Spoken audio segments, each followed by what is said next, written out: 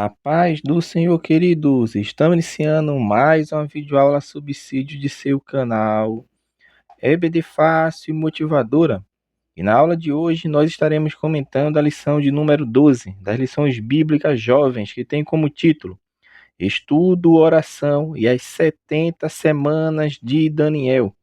Nós estamos dando prosseguimento aos nossos estudos bíblicos deste trimestre, o qual estamos estudando o tema Na Cova dos Leões, o exemplo de fé e coragem de Daniel para o testemunho cristão em nossos dias. E hoje chegamos na penúltima lição do trimestre, lição de número 12. Estudo, oração e as 70 semanas de Daniel.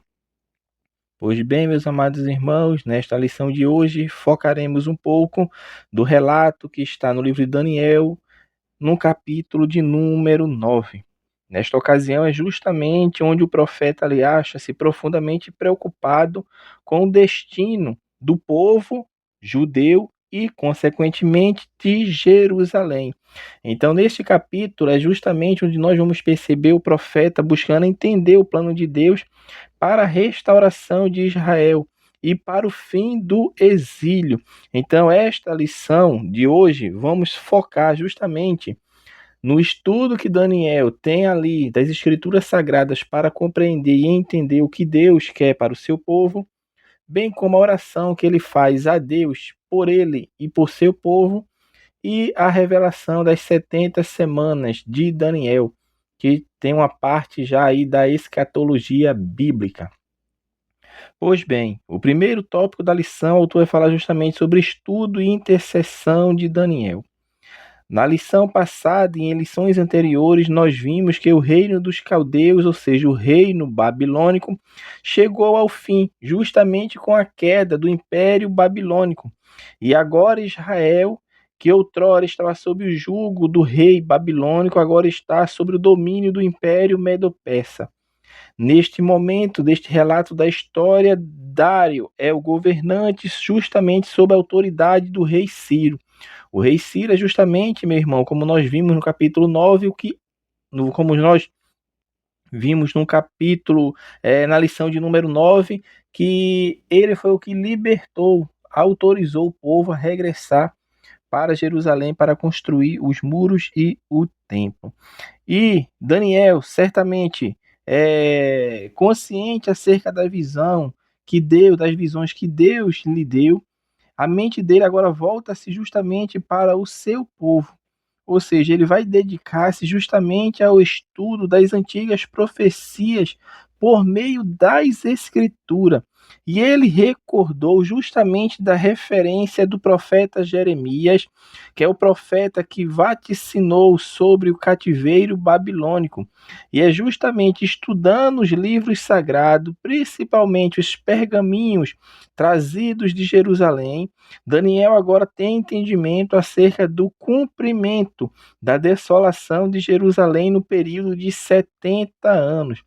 Em Jeremias capítulo 25 e capítulo 29, a palavra de Deus se refere justamente ao tempo determinado por Deus do cativeiro que o povo iria ficar, ou seja, 70 anos. E é justamente neste ponto que nós temos que perceber, porque é interessante notar justamente o zelo que Daniel tem em ler, o zelo que ele tem em estudar o ensino ministrado por outros profetas. Ou seja, ele não fica conjecturando, ele não fica tentando criar suposições, mas ele vai buscar justamente em quem escreveu, ou seja, nos livros inspirados pelos profetas de Deus. Observe que Daniel já aqui tinha acesso aos pergaminhos dos escritos do profeta Jeremias, justamente aonde ele vai consultar, porque ele cria que as escrituras era a palavra de Deus.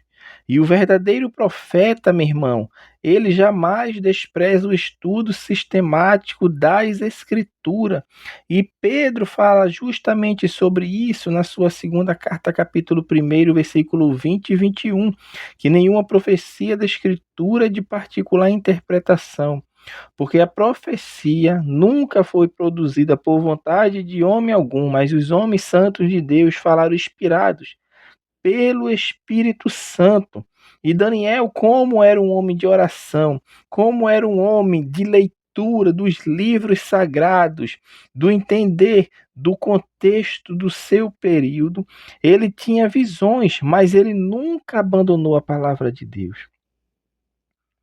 Ele tinha revelações, ele tinha visões, ele tinha, meu irmão, um contato íntimo com Deus, mas ele nunca deixou de lado o seu estudo sistemático das Escrituras para compreender e entender aquilo que a palavra de Deus estava ali vaticinando para ele, para o povo e para Jerusalém. E esse é justamente o segredo que Daniel tinha. Ele vivia na Babilônia, mas a Babilônia não vivia dentro dele, ou seja, então, viver na Babilônia nem né, sem que a Babilônia viva dentro de você, ou seja, Daniel viveu na Babilônia, mas a Babilônia não viveu dentro de Daniel. E isso nos lembra que a leitura da Bíblia, a leitura de livros de bons autores, obviamente, é de suma importância para entendimento cristão sobre questões espirituais. E Paulo recomenda isso ao jovem Timóteo quando ele fala em 1 Timóteo capítulo 4, versículo 12. Ele fala que Timóteo, para que Timóteo persista em ler. O autor prossegue falando justamente sobre oração e jejum. Neste ponto aqui, o autor vai frisar justamente que as orações que Daniel faz eram cheias de uma expectativa confiante de que Deus estava prestes a agir. Uma vez que Daniel cria que tudo aquilo que Deus havia prometido, Deus cumpriria. E é justamente em vista disso que a postura que Daniel adota no capítulo 9, versículo 3 ali, para essa oração é muito intrigante e surpreendente, porque ele fala então: voltei a face ao Senhor, buscando em oração e rogando por misericórdia, com jejum e pano de sacos e cinza. Ao compreender a mensagem, Daniel buscou justamente o Senhor em oração e em súplica, com jejum.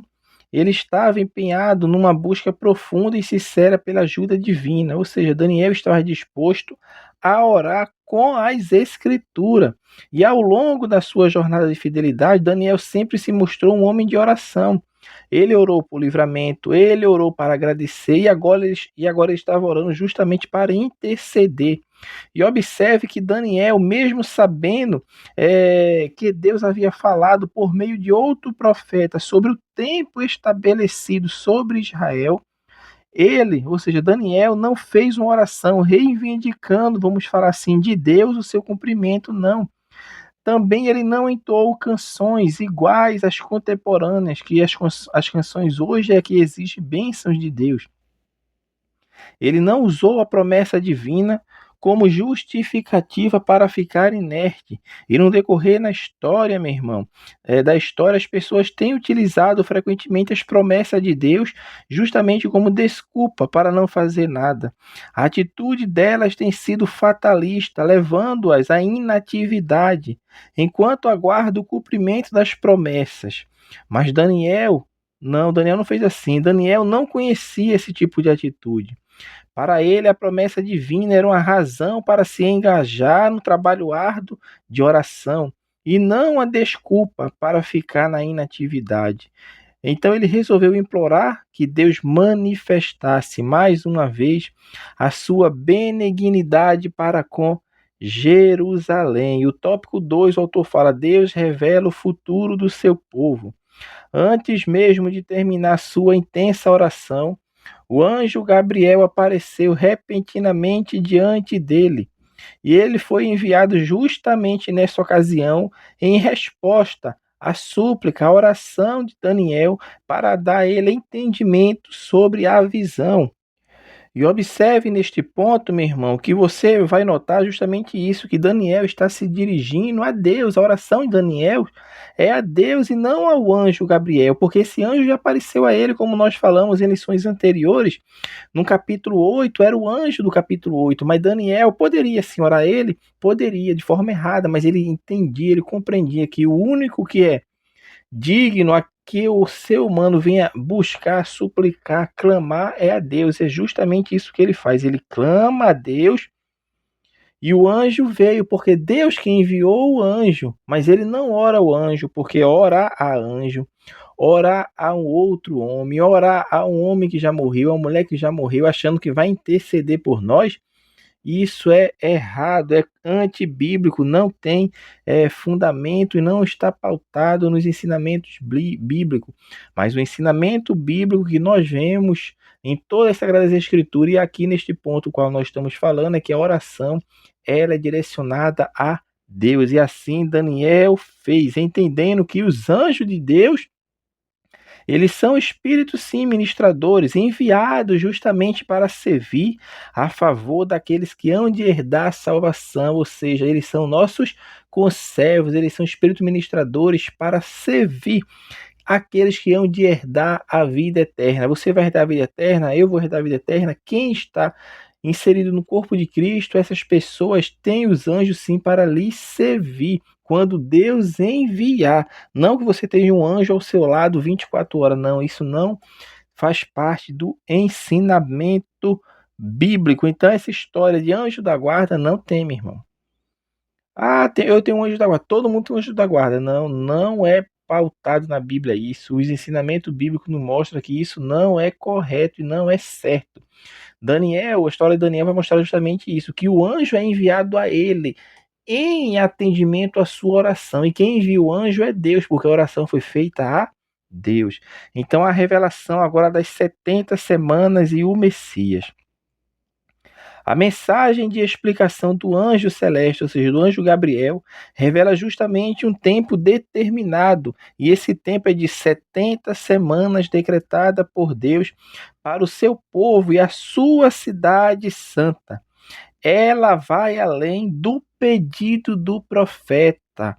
Observe que, enquanto Daniel estava orando, querendo por fim ali, orando a Deus para que Deus viesse interceder, para por fim ali aquele cativeiro, aquele período que tinha determinado nas profecias, bem como falou o profeta Jeremias, o anjo vem e dá uma revelação maior a Daniel, um entendimento maior, ou seja, um entendimento não apenas para o povo naquela época, mas para um futuro onde tudo seria cumprido para que o plano de Deus fosse estabelecido na terra com a implantação do seu reino milenial e o estado eterno ao qual todos nós estaremos lá. Então observe que no capítulo 9, os 4 versículos finais contém uma das mais importantes profecias do Antigo Testamento. E é justamente que, por este motivo, o saudoso pastor Antônio Gilberto, ele declarou que, se não entendermos bem a profecia das 70 semanas de Daniel, nós não entenderemos o sermão profético de Mateus 24 e nós também não entenderemos o livro de Apocalipse, uma vez que ela abrange esses dois. E o Senhor deu a Daniel um quadro geral dos eventos futuros relacionados com Israel. E a João, em Apocalipse, deu os detalhes desses eventos que Daniel já falou, só que ele falou de um quadro geral, um aspecto geral, e João já foi mais detalhado. Então, essas semanas de ano é justamente a primeira questão que nós temos que resolver para entender bem essa profecia das 70 semanas. Por que isso, meu irmão? Porque nós temos que saber, essas semanas são de dias, essas semanas são de anos, essas semanas são de quê? Então, seguindo justamente a linha teológica conservadora, seguindo a linha teológica pré-milenista e seguindo a linha teológica dispensacionalista, entende-se que nessa profecia são semanas de anos, não de dias. E nós vamos elencar aqui algumas dessas razões para que essas semanas sejam semanas de anos. O primeiro ponto vai falar que o original não diz semana, e sim setes, ou seja, 70 setes, E quando se trata de semana de dias, como em Daniel, é acrescentado em hebraico a palavra para dias, e a mim. Segundo, é bíblica a expressão semana de anos. Você pode conferir isso em Levítico, capítulo 25, versículo 8, Números 14 e 34. E os 6 ditosos eventos preditos a respeito de Israel em Daniel 9, versículo 24, ainda não se cumpriram. E tá lá, meu irmão. Fazer cessar sacrifício, oferta de manjar, não, né? Cadê? Deixa eu ver aqui rapidinho para os irmãos. Extinguir a transgressão, dar fim aos pecados, expiar a iniquidade, trazer a justiça eterna, selar a visão e a profecia e ungir o santo dos santos. Ou seja, isso ainda não se cumpriu. E por fim, meu irmão, em Daniel capítulo 9, versículo 27, por ocasião da última semana das 70 semanas, a Bíblia diz que e ele firmará um concerto com muitos por uma semana. Observe que um concerto por uma semana entre nações, meu irmão, e se for de dias, na última semana, e ser semana de dias é um pouco improvável. Chega até algo ridículo, é um pacto entre nações por uma semana de dias.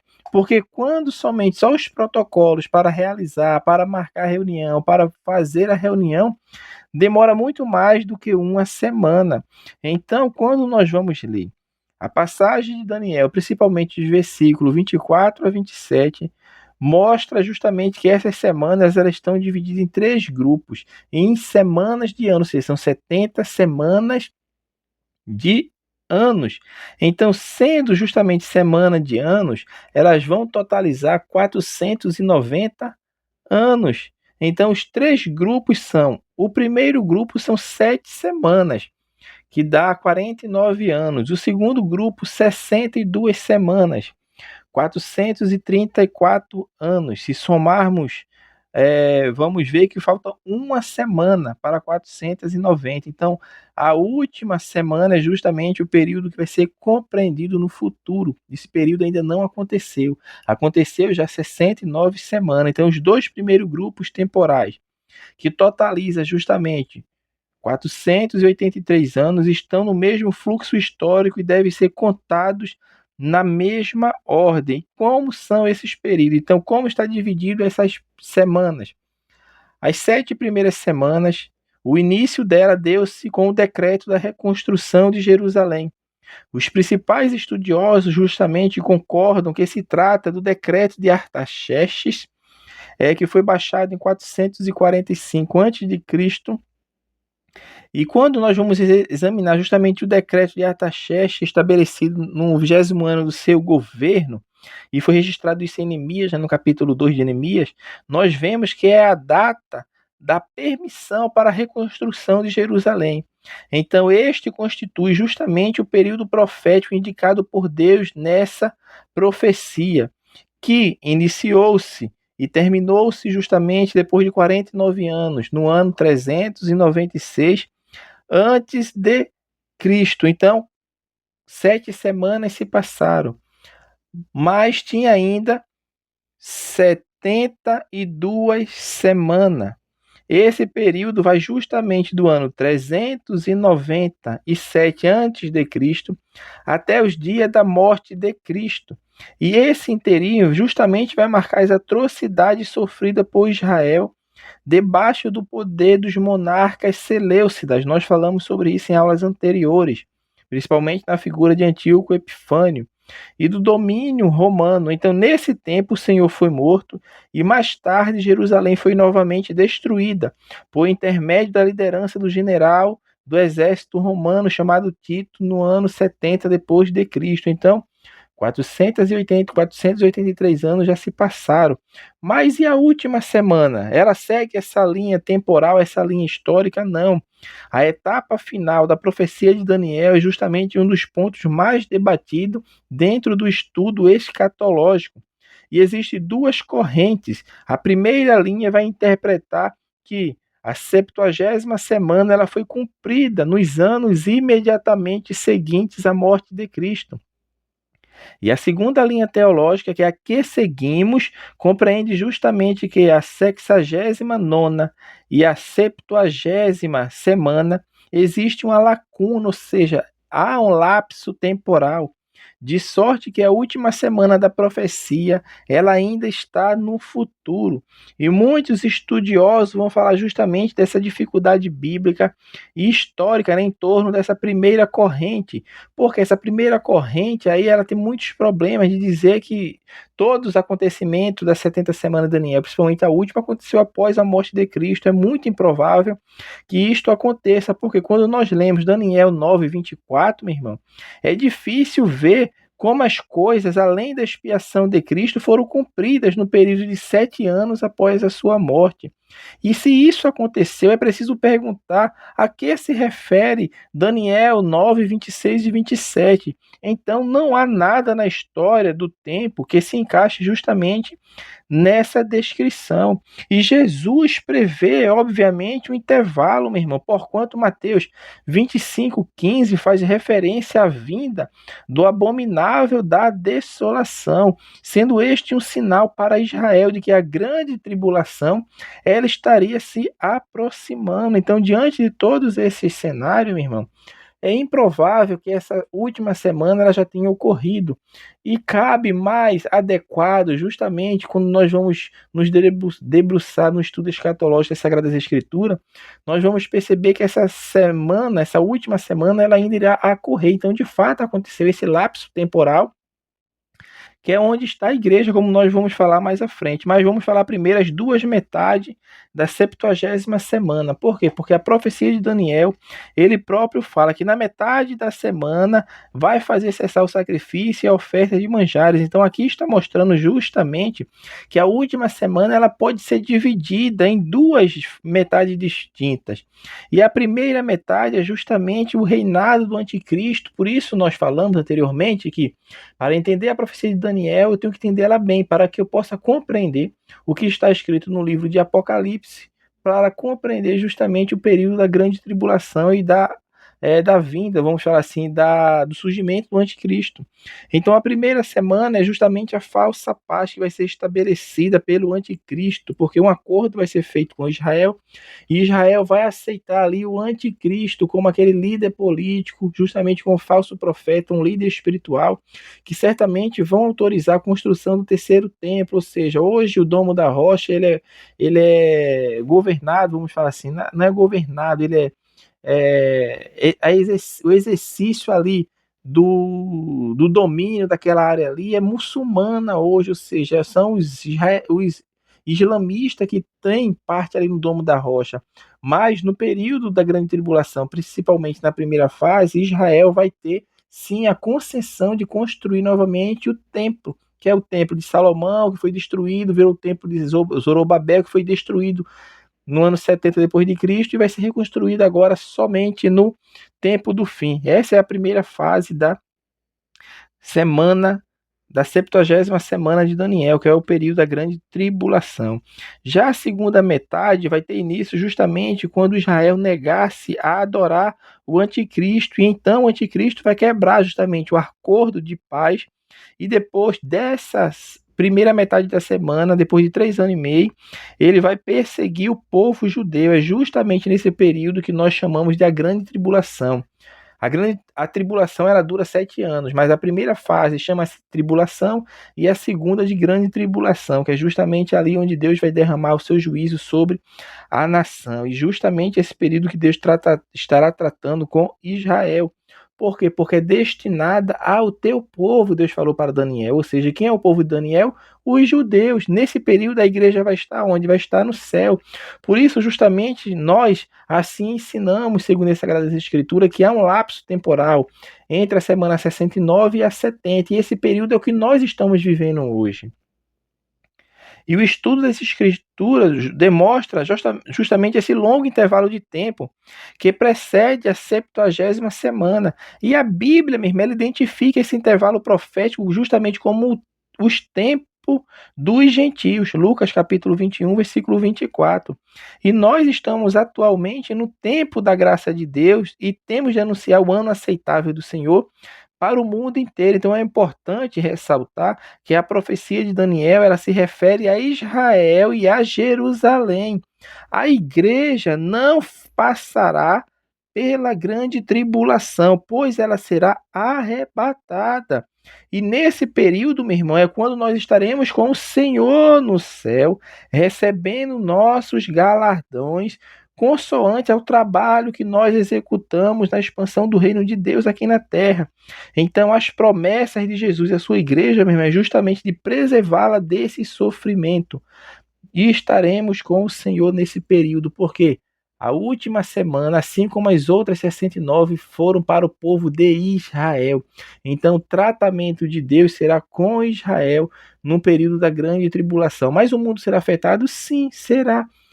Mas a igreja já estará com o Senhor. Isso que é o mais importante que nós temos que entender. O período das 70 semanas é para o povo de Israel. E Daniel viu e entendeu que foi falado para ele: 70 semanas estão determinadas ao teu povo, ou seja, aos judeus, não aos crentes em Cristo, porque nós estamos nesse lapso temporal, um tempo dos gentios, onde aguardamos a volta do Senhor. E quando o Senhor levar a sua igreja, dá início justamente à última semana profética de Daniel.